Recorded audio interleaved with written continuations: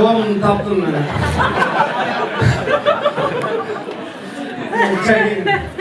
Жайгенің қасына жақындаdım мен. Бағанан жақта жеті баласы бар кісілердің қасында өзімше болып отырғам.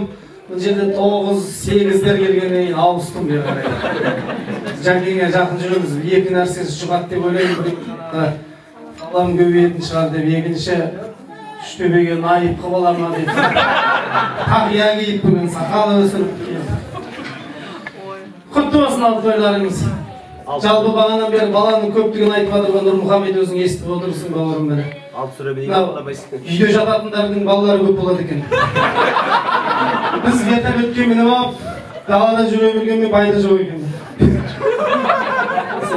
Өзінің бойдақ кезінде Нұрмұхамед екеуміз көп келісе бермейтінбіз баяғыда. Ол ұйықтай беретін.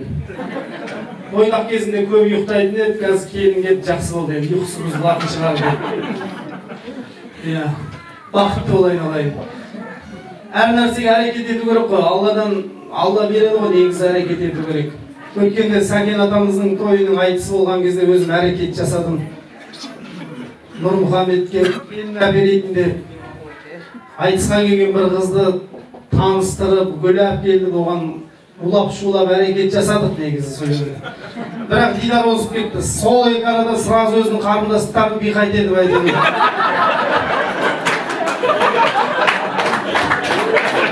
Осындай әрекетпен үйленіп жатыр, құтты болсын айналайын. Сол келін жақсы болсын деп ойлаймын ғой, өз менің үйімнің қасынан үй салып жатыр ертең. Ертең дұрыс келінмен көрші болғанды қалайсың ғой енді? Әйтпесе айтпайдың да үйінің жанынан үй салуға болады деді.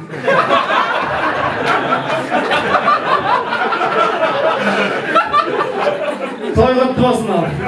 Төрт қараларын ал. Төртеу түгел болса деген чаттың атынан төрт қараларға құтты болсын айтамыз. Рахмет, айтқаныңыз келсін. Жаңа мақсаттар айтып жатыр ғой. Байқап, бағамдап қарап отырсам, үйде жататын еркектердің баласы көп болады екен деп. Менің ойымша өзі еркек екіге бөлінеді. Біреуі үйдің ішінде көбейетіндер, және де біреуі үйдің сыртында көбейетіндер болып бөлінеді. Өзіңіз қайсына жататын өзіңіз тауып аласыз.